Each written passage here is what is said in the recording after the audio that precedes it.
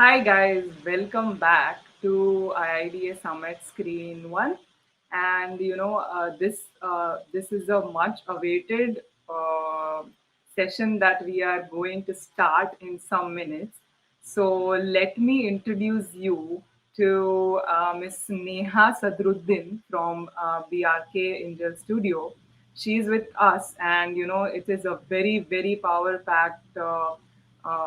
Session that is going to happen. I know a lot of you were waiting for this session to go on. So let me quickly, without further ado, let me introduce Miss Neha. Neha is a senior BIM specialist at Bjarke Ingels Group, where she strategizes and implements office-wide design technology workflows while also supporting architectural teams to deliver projects in BIM. After graduating from Pratt Institute, School of Architecture, Neha started off her professional career at BAMO as an interior architecture designer, where she was first introduced to BIM. That is so great. She took the initiative to self train in Revit and other BIM softwares, and upon realizing the potential of growth within that niche, decided to pivot into a BIM specialist role. Welcome Neha to IIDA Summit, and all of us cannot just wait to hear you regarding the topic that you are going to speak on, which is Revit templates and content development strategy at Big. And all of us are looking forward to eagerly waiting for the session. So let us start. Thank you. Thanks. It's a pleasure to be Yep. here. Yes. Thanks for the intro. I'm honored to be presenting. Hello, everyone. I hope everyone's enjoying the summit so far. So today, I will be talking about a seemingly simple but yet crucial topic of BIM content and template development strategy at BIG. A little bit about myself. I am Neha Sadruddin, and I'm a Senior BIM Specialist at Bjarke Ingels Group, also commonly known as BIG, and I'm based out of New York. For those of you who aren't familiar, BIG is a global architecture firm headquartered in Copenhagen, Denmark, with offices across Europe, Asia, and North America. And we have projects even more widely spread out. So we work on a range of project typologies, from multi-residential to institutional, and BIM is our primary project delivery approach. So almost all of our projects that move past concept design are delivered in BIM, and we are supported by the big BIM team in each of our 5 offices. So we're involved from schematic design through project completion. Globally, there are about 500 fixtures across 5 locations. And BIM at BIG is an independent unit. So in each of our offices, we have a BIM department, and I am one of 3 in the New York office. So essentially, our primary responsibility is to support production strategy and delivery of projects, including documentation, geometry, coordination, and analysis. And before we kick off any project, we work with the project leads on the team to outline a production strategy in accordance with the scope and timeline of the project. This then informs our day-to-day responsibilities as BIM specialists on the team. And these responsibilities obviously vary from phase to phase, starting with setting up of the model, drafting protocols in the BIM execution plan, training any new or returning Revit users, modeling geometry, managing data, auditing models, and finally, at the very end, harvesting the content for our libraries. So everybody kind of knows, that building and maintaining a healthy model is a challenge, and the first step to building a clean model is clean content and standardized workflows. So here at Big, we're constantly developing and managing content, as well as strategizing for streamlined workflows. And talking about Revit specifically, we've created a pretty robust template for the teams. So this is a starting view of our template that shows some of our basic project information. Coming to the project browser, we have customized this and customized the organization of it using a few custom parameters that allow us to sort and group its contents according to our internal needs and project deliverables. So each category is in the project browser is kind of grouped separately into subgroups. And so within views, we have a set of originals. These contain unfiltered views for that are meant to kind of show everything that is visible in the model. So all model contents, categories, links, work sets are all turned on, and they're never meant to be sheeted. They're only kind of meant to be used to duplicate and create views for documentation. So next we have production views, and these are actually the views that get documented and annotated on for our construction sets, and they are further organized into subgroups that are sorted by the view type and scale. Next, we have sketches. These are meant for our internal studies or any sort of studies that are, or sketches that are issued outside of the official documentation. Then we have a group for coordination views that may have certain, different visibility and graphic settings. Then we also have a very pretty well set up group of internal views that contain some, helpful views for the teams to refer to and work in. One of these is our set of collector views.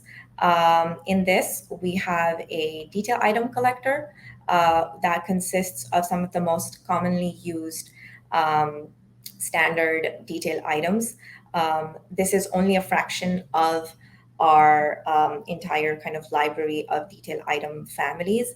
And essentially, we just figured that it would be nice to have this preloaded content for project teams to kind of get started rather than spending time to like browse and load in content on their own.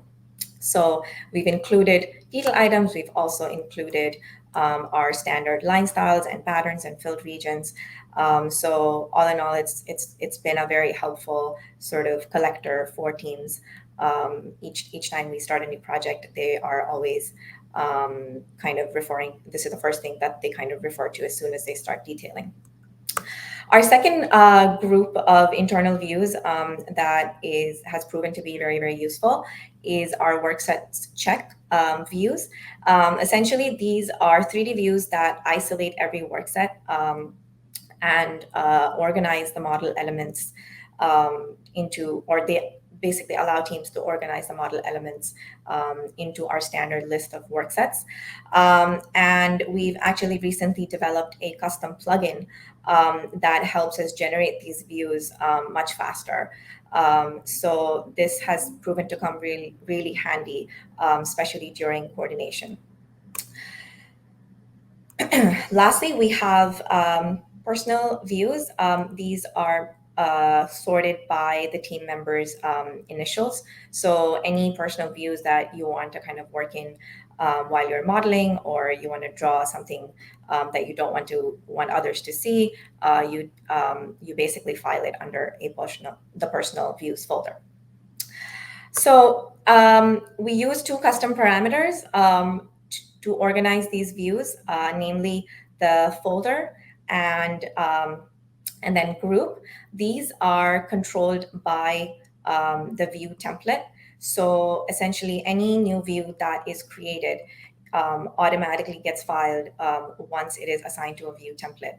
So it doesn't take that much time to basically sort these views.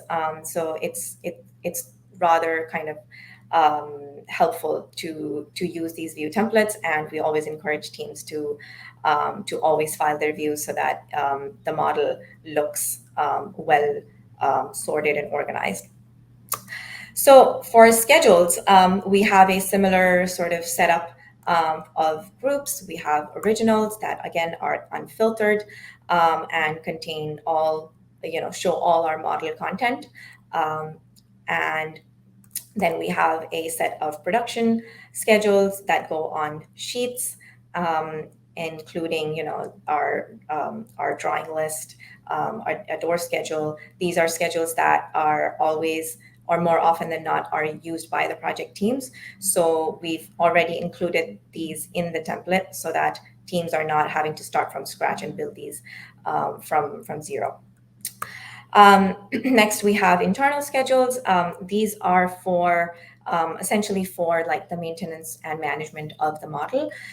So managing sheets or managing rooms that are unplaced, or even managing the naming of views and the view templates that have been assigned to them.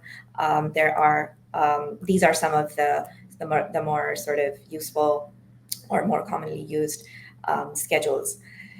So our sheets are also organized in a similar manner. So they also use a custom parameter, and we have included our standard sort of series of sheets that typically every project needs.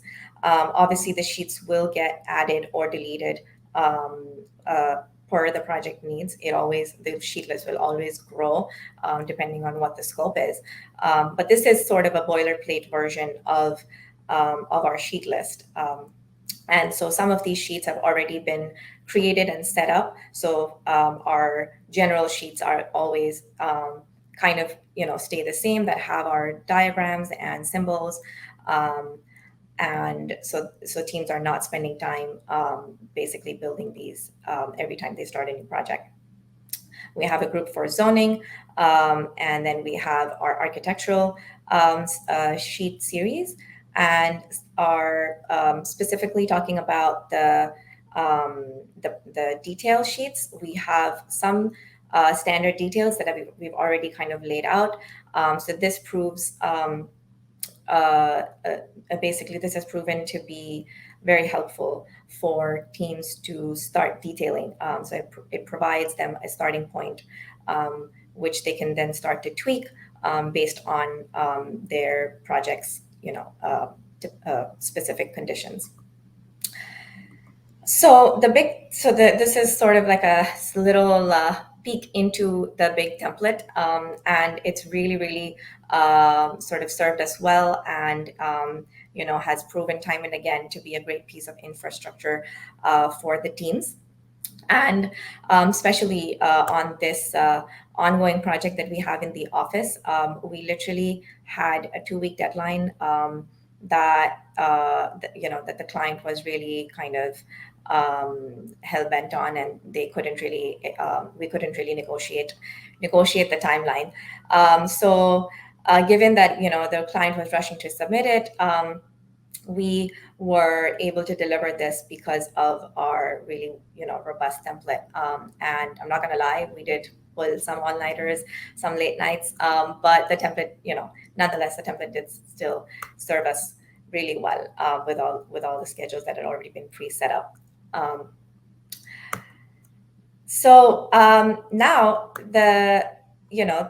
this was just the template, but the other part of content template, the content development strategy, is the development of the model content itself. And we actually spend a lot of time creating clean standard Revit families for the office library.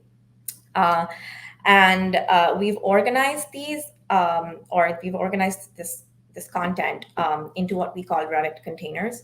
And they've sorted by their use or categories. So this one, for example, is a bathroom container, and it has plumbing fixtures, but also caseware families and specialty equipment, specifically just for the bathroom. Similarly, we have containers for the kitchen. We have lighting fixtures. we have MEP equipment, and then we've kind of grouped all the other things into an everything else container. So within these container files, we then also have we've kind of laid everything out, all the families and their types. We have them laid out in a catalog, which helps teams to kind of refer to, browse through. These are all kind of labeled. Their family names and type names are labeled. So anytime somebody is looking for a family, essentially we direct them to refer to the catalog to browse through that before they come to us for to ask for a new sort of family to be modeled. So while we are developing sort of the content library, we use a lot of sort of third-party tools to manage and maintain, maintain our sort of standards and line styles and object styles. It's very easy to sort of lose track of those things, and these plugins have really helped us sort of maintain a clean library. So the first one is PyRevit, which is actually a set of, it has a lot more features, but specifically talking about content itself, the family quick check is one that we use just to make sure that there's no errors in the families. So it serves us pretty well. Then we have IIDA apps, and specifically for content, we have the style manager that allows us to basically purge out any unwanted styles or patterns and sort of graphics that are not or are standard. And then lastly, we've recently kind of employed a Kinship, which is a cloud-based content management platform, and it comes with a Revit plugin that allows us that kind of has this search engine. So teams actually now don't even have to go outside of Revit to search through our library. So all they need to do is type in the search bar and look for content either in the library or in other sort of projects that are in the office. So any content that gets developed specifically for projects or gets loaded in can easily be kind of filtered or digged out from using Kinship. So obviously, while we're still developing, our content, our standard content for the Office library, we are also supporting project teams to strategize for modeling project-specific geometry. This is one of our ongoing projects in the Office. So it has a very sort of expressive facade that seems rather simple at first glance, but as the team, as the project has moved through concept and schematic design, the team has started to rationalize this assembly of these trusses, and they have been working on detailing the sections and the assemblies and also the spacing of it. So we've worked with them to strategize a modeling workflow that allows us to identify different types and different conditions and kind of maintain them separately so that they all use sort of similar parameters and just with different values. So initially we identified 3 different panel types: the exterior truss panels, the interior truss panels, and the exterior bar end panels. And we started out by developing a very basic sort of custom curtain panel that used some basic dimension parameters that would allow us to to kind of manage like the angle of these trusses. And then later, we actually realized that we have a lot, a lot more atypical conditions or a lot more panel types. So these three panel types actually expanded into I don't even know how many, but a lot more sub panel types or even different separate panel types as well, depending on the different conditions. And so it just goes to say that this is, it's an ongoing dialogue. It's a collaborative effort, that between the BIM team and the project teams, that allow us to develop these models. And it is because of this that we are able to then understand the team's needs, analyze these workflows, and then at the very end, kind of also understand what teams want to automate, what kind of standards we need to have in our template, if it's a recurring sort of request. So we kind of are always making notes of what more we can add to our standards. So this is sort of a brief kind of overview, and not to say that this is all of it. So content never stops is what we kind of say, because there's always room for improvement. We have actually a list of a running list of things that we want to add, and we're always sort of we have like monthly goals for adding things to the template, and even improving it even further. Um, and with that, that is it. Thank you so much.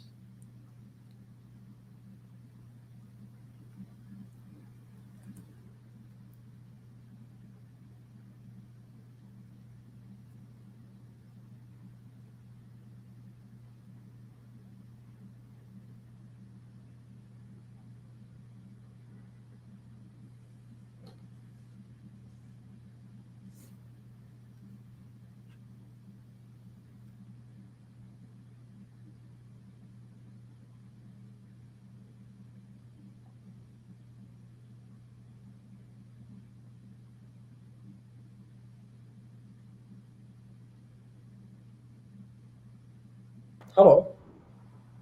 Hi. Yes. So you're done with the presentation, Neha? Yes. Okay. So any concluding note? Can you wait for a couple of minutes? We'll just see that if we have some what do you call some questions from the Questions? audience. Sure. Yes, please.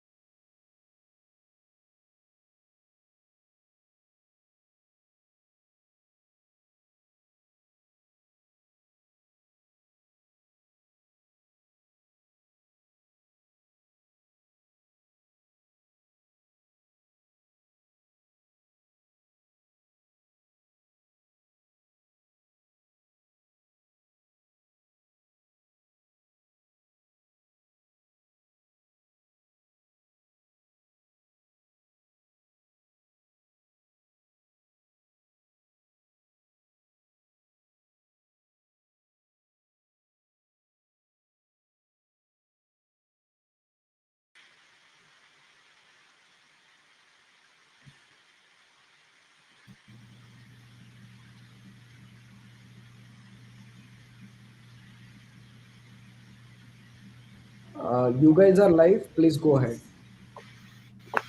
Hi, Neha. Hi. Yeah, so it was a great, insightful session, and we have a couple of questions. However, we are, yet audiences are getting the questions sending in. What we can do in this Sure. case is like we can later email the entire questions to you, and we can like then attend to it. I think that will be a better idea. Yeah. Okay, sure, that's fine. Yeah, yeah, because they some of the questions are very elaborate. I think though it will be great if we can like say attend it later in the session. Later in the session or Yeah, after the session? while we make the video live later. Okay. Okay. Yeah, the audiences can always send in the question to iidasummit@gmail.com. So if you guys Mhm. have any more questions, or if there are, if you want to go through the video later and want to understand the entire video, it will be streamed for all the members out there. It will be streamed as well. So if you have any questions apart from that, if you want to study the entire thing and then ask Miss Neha the questions, we are always there. You can always send in the questions to iidasummit@gmail.com, and somebody from the team will be getting in touch with you all. So Neha, thank you so much for giving an insight on the work you do and the kind of work you carry at Big, and it was quite inspiring, and it is inspirational in terms of what architecture and technology can do. Like together they can do wonders, and already technology is becoming a huge part of say design, not in terms of just an aid, but opening up too many avenues where like architecture can seen in a different way completely. Right. Yeah, so No, it was a thank you great so much session, for yeah. having me. Yeah, thank you so much It's for my pleasure. joining in for at IIDA Summit. Of course, happy to be here.